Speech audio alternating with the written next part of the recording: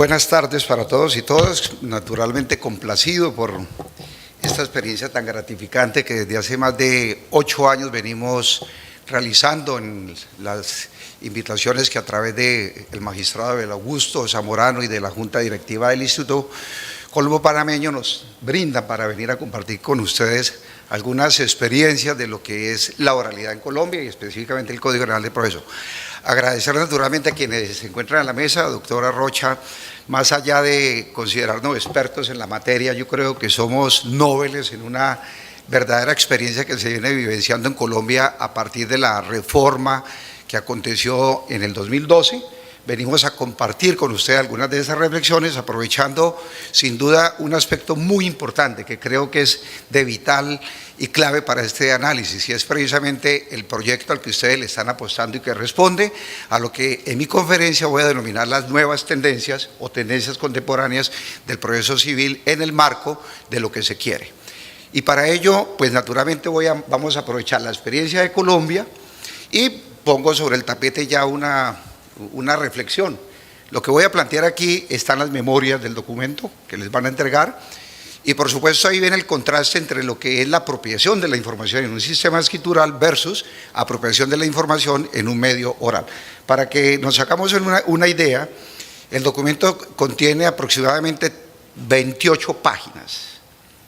Yo voy a intentar disertar en 20 minutos el contenido de ese documento para que saquen ustedes sus propias conclusiones.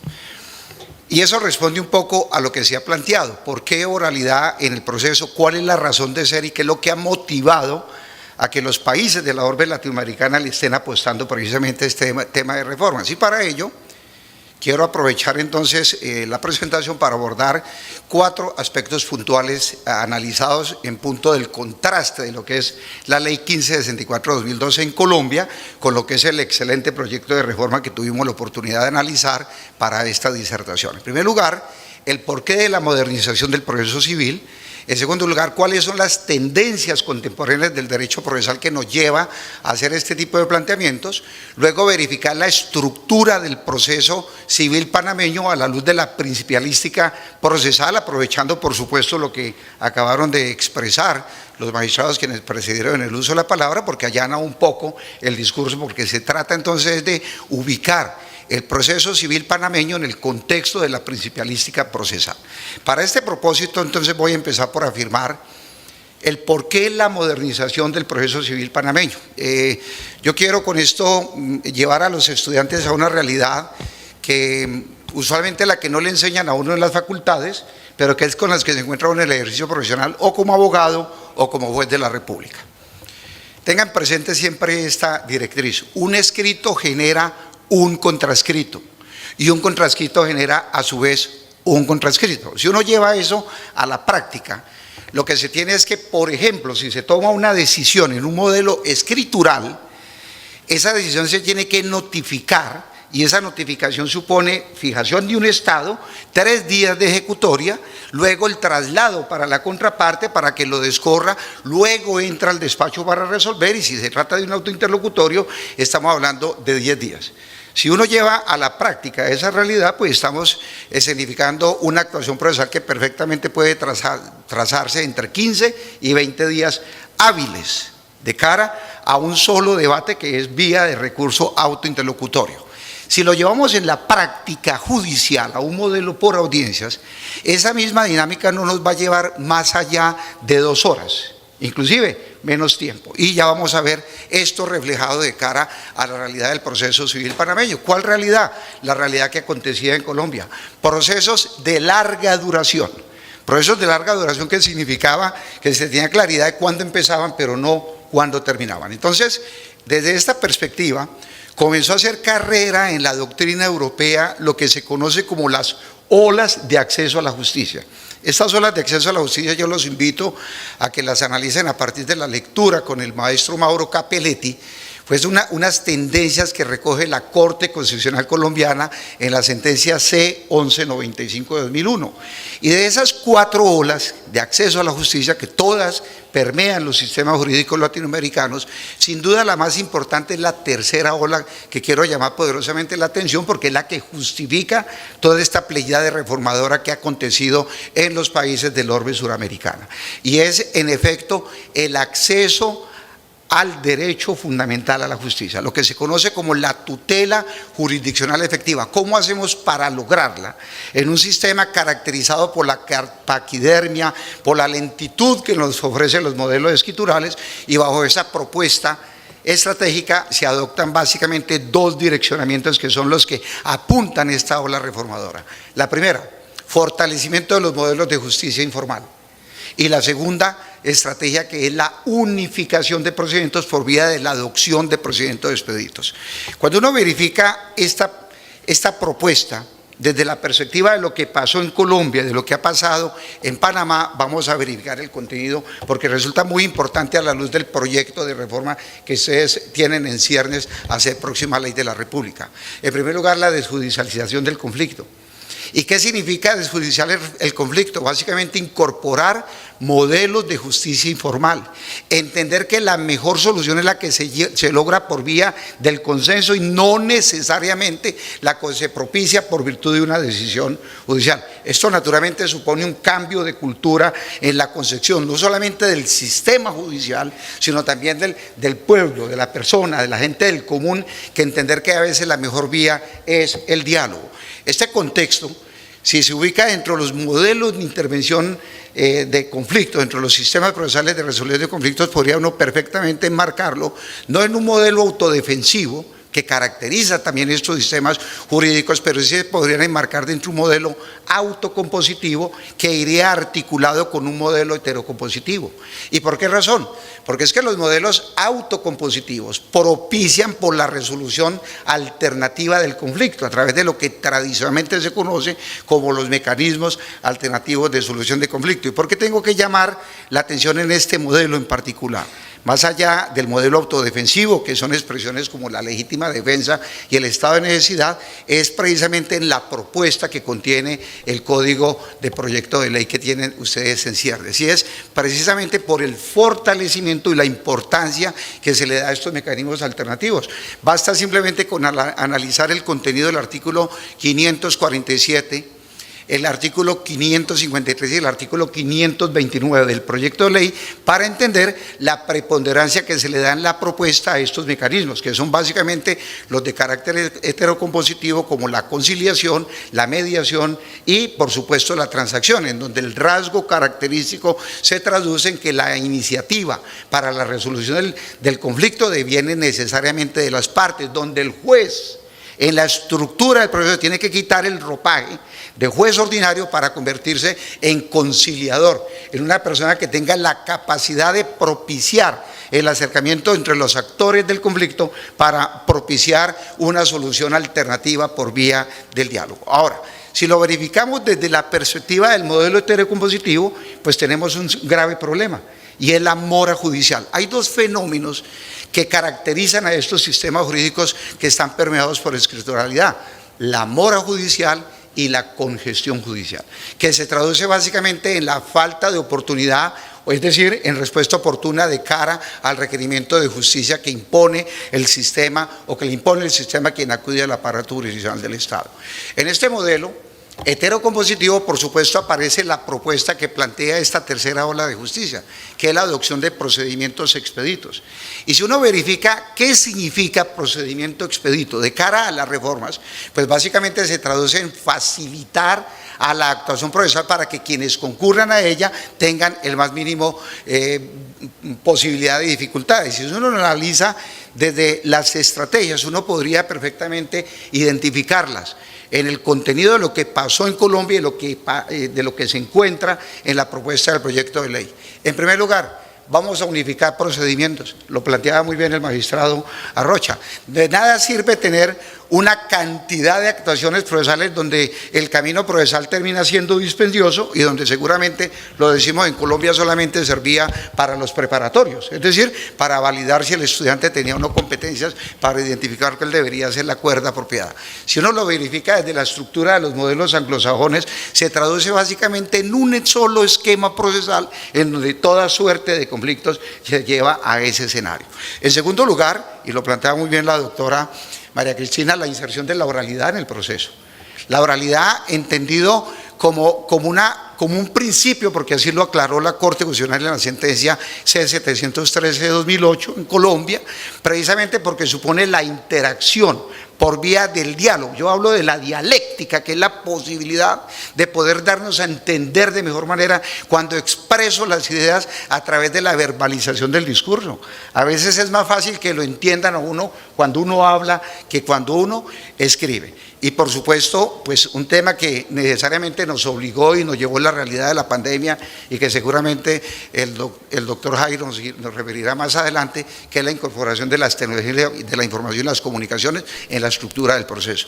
El proyecto le apunta de manera inequívoca en tres disposiciones, 173, 186 y 192, a hacer realidad esa propuesta. Y es básicamente que con la pandemia nos tuvimos que ver enfrentados a una nueva realidad y fue la interacción virtual. Eso es una tendencia a la que el proceso no puede escapar y que nos obliga, pues por supuesto, a cambiar el chip, a cambiar la mentalidad, a entender especialmente que somos los abogados del futuro y que las generaciones que están aquí escuchándonos seguramente van a tener que estar preparados para esto. Yo siempre traigo a colación metafóricamente un fenómeno que aconteció en Colombia a finales de los 80, en los 90, cuando yo estaba recién empezando en el ejercicio profesional, y llegó a Colombia la era de los computadores.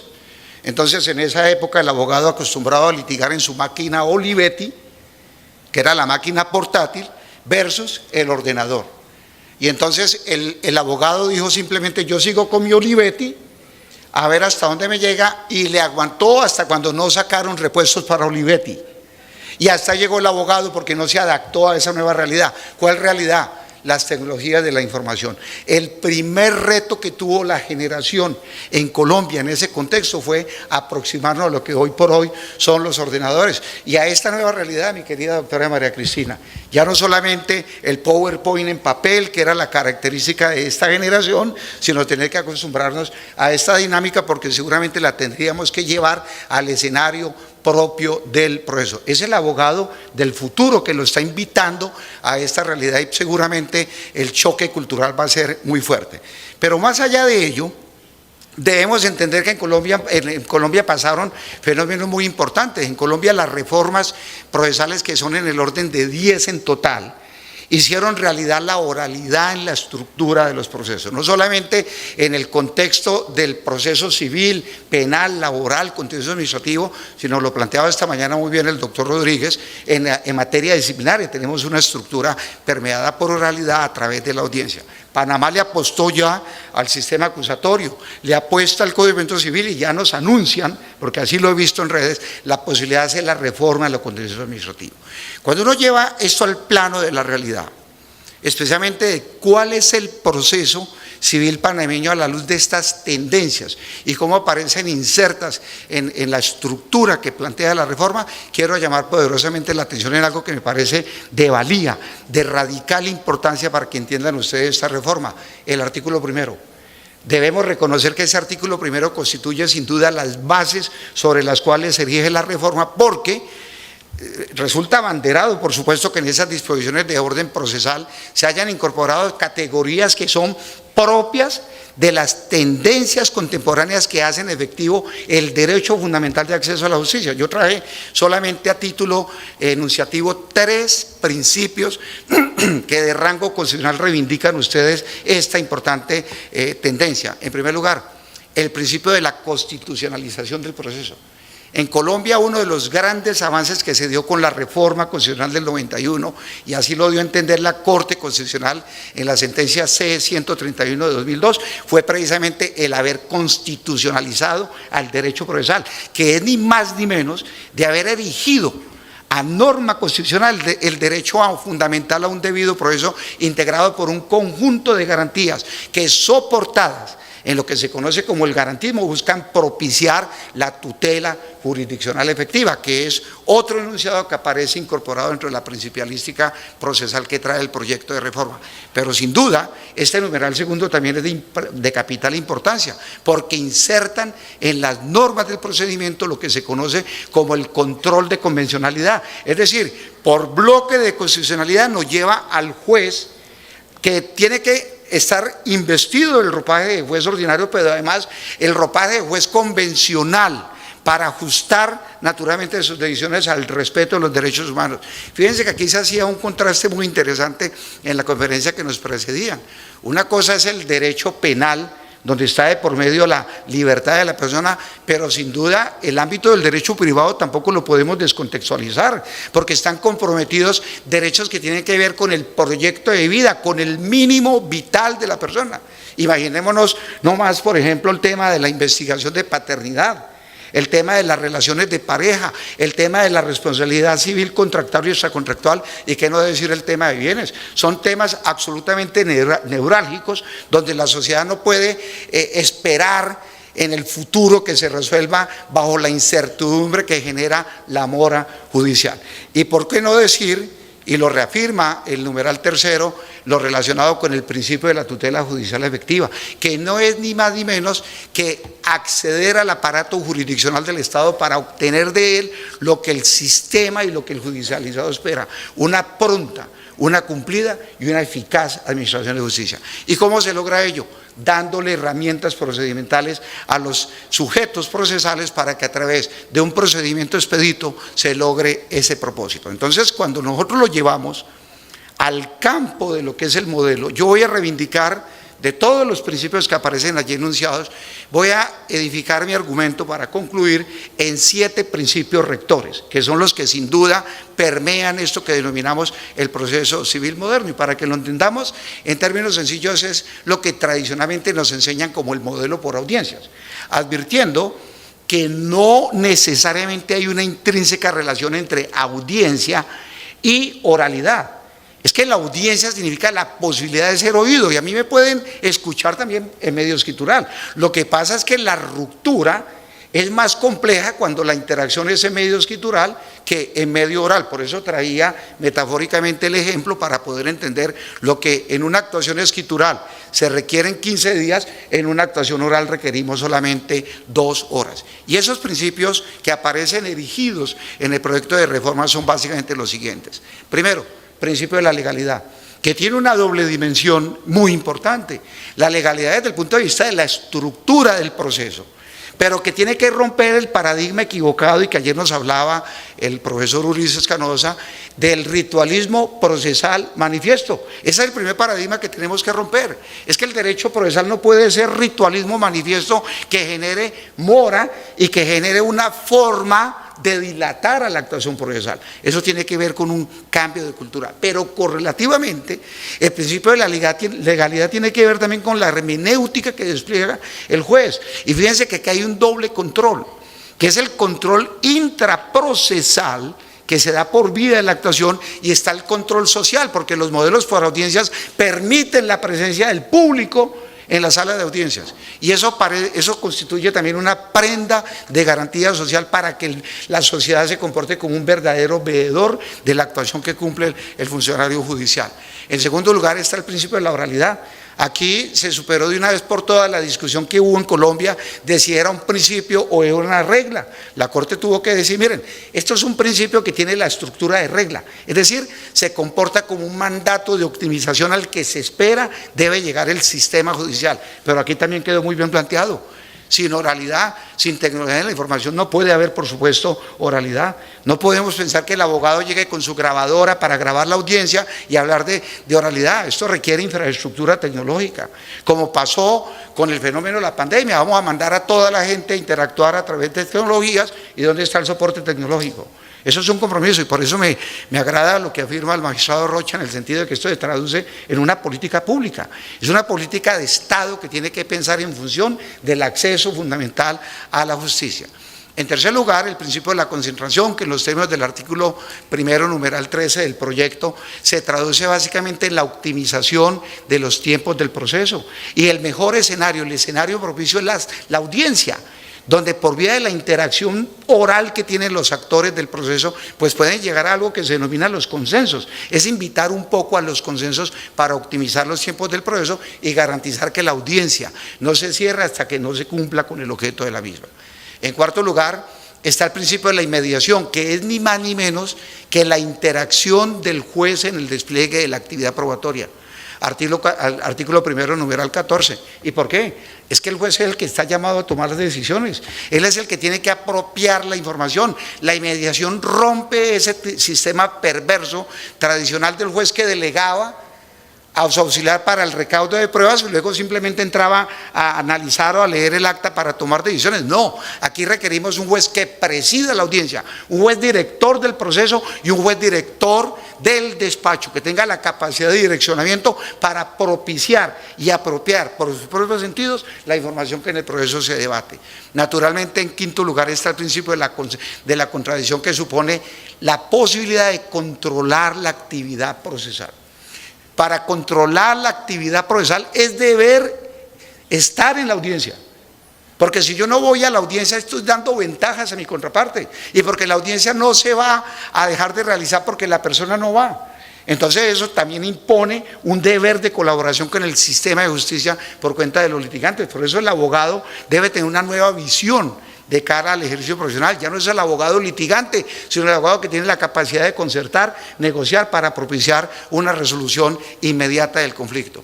Por supuesto, el principio de la publicidad en los términos del numeral 25 del artículo primero, en donde naturalmente la sala de audiencias constituiría el escenario propicio para que se dé esa doble dimensión de la publicidad que hablamos, la publicidad intraprocesal que se da entre los sujetos y la publicidad extraprocesal que se da de cara a la sociedad. Y finalmente está el principio de audiencia, que es ni más ni menos la interacción con la posibilidad de ser oído para ser garante de este derecho fundamental que hemos denominado como el derecho fundamental a un debido proceso. Si esto lo llevamos, y con esto voy concluyendo, a la estructura de lo que es la propuesta del modelo que nos hablaba muy bien la magistrada María Cristina, tendríamos básicamente dos momentos procesales en lo que podríamos denominar como el proceso tipo, que responde a la unificación de procedimientos. Y decimos que es un proceso tipo porque, salvo que el asunto tenga un esquema procesal especial, vamos a acudir a este esquema, que no es un esquema mixto, es un esquema por audiencias con marcada tendencia a la oralidad, porque tiene espacio la escrituralidad. Pero aquí hay un aspecto muy importante que rescato en el proyecto: el uso de las tecnologías de la información y las comunicaciones. Ya no necesitamos demanda por escrito. Podemos utilizar herramientas tecnológicas para hacer ese tipo de interacción. El artículo 384-396 regula este acto procesal de introducción por cuenta de la parte actora y permite el uso de tecnologías de información y las comunicaciones. La notificación personal, los temas de 226, que como bien lo planteaba ayer el compañero Ulises Canosa, nos llevó a la realidad en Colombia con el decreto 806 de 2020 y la ley 2213, que seguramente el doctor Jairo nos referenciará a ella, y que dinamiza la actuación y que responde también a la idea sorpresa del proceso, ¿no? ¿Cuál es el abogado que sorprende al otro? No, ahora cualquier actividad procesal que despliegue el actor tiene que comunicársela de manera simultánea al correo electrónico de su contraparte. Es decir, nos evitamos sorpresas. Aquí ya no se trata de astucia, se trata de lealtad procesal. Y por supuesto la contestación de la demanda, donde la dinámica responde también a la misma publicitación que se requiere del acto. Y por último, pues tenemos por supuesto la fase de discusión y de decisión, que va a estar permeada por oralidad. El juez presidiendo la audiencia, en donde están perfectamente delimitadas la audiencia preliminar, en la forma que aparece regulada en el artículo 255, y la audiencia final en los términos del artículo 256. Si yo contrasto esta estructura procesal con el modelo colombiano, pues básicamente lo que aquí llamamos audiencia preliminar, allá se denomina audiencia inicial. Y la estructura o dinámica de la actuación que allí se despliega es similar. Disculpan que se fue la presentación. Esas fallas suponen que se repita el tiempo, entonces vamos por otros 20 minutos. Bueno, muy bien. Esas son las dinámicas de la tecnología. Pero como siempre tiene que haber un plan B, yo lo tengo. Entonces el plan B es sencillo. Si uno revisa la estructura de la audiencia inicial y la contrasta con el proyecto que contiene el artículo 255, pues básicamente identifica las 6 actuaciones que allí se deben desplegar. La primera actuación, tendríamos que pensar entonces en función de la conciliación.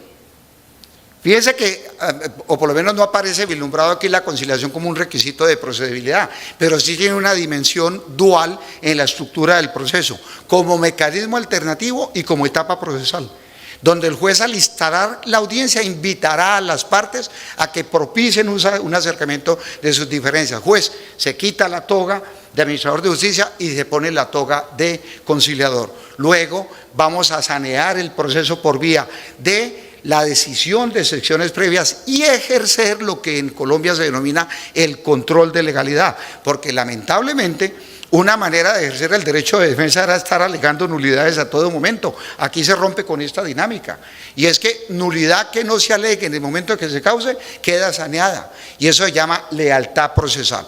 Luego vamos a interrogar exhaustivamente a las partes. La razón de esta figura responde a una lógica elemental, y es que en ningún otro momento procesal el juez va a tener contacto con las partes que en esta audiencia. ¿Por qué? Porque es obligación de las partes acudir, es obligación de los apoderados garantizar la comparecencia de las partes. Estratégicamente una manera de dilatar era simplemente no llevar a las partes, presentando las excusas de cualquier droguería para que pedir una prórroga. Pues ahora no, porque el juez tiene la facultad de investigar la legalidad de esa excusa médica que se entregue. Luego, la fijación del litigio, que se traduce básicamente en ponerse de acuerdo en qué hechos se dan por probados. Eso es lo que tradicionalmente denominan las estipulaciones probatorias en el modelo acusatorio y que permite finalmente el decreto de pruebas. Y luego, para concluir, la audiencia final. La audiencia final, que básicamente está rodeada de la estructura en la actividad probatoria, alegatos y finalmente la sentencia. Esto, mi querida doctora, como usted muy bien lo planteaba, supone flexibilidad del proceso, lo que se conoce como un proceso dúctil, donde el juez puede perfectamente definir y delimitar la posibilidad de proferir decisiones y tener que agotar una etapa para llegar a otra. Y por eso se anticipa y abre espacio lo que se conoce como la sentencia anticipada. Concluyo diciendo, para respetar el tiempo de los ponentes, 3 actos procesales van a tener radical afectación con esta propuesta metodológica, que es ni más ni menos un método. Primero, los actos procesales de decisión.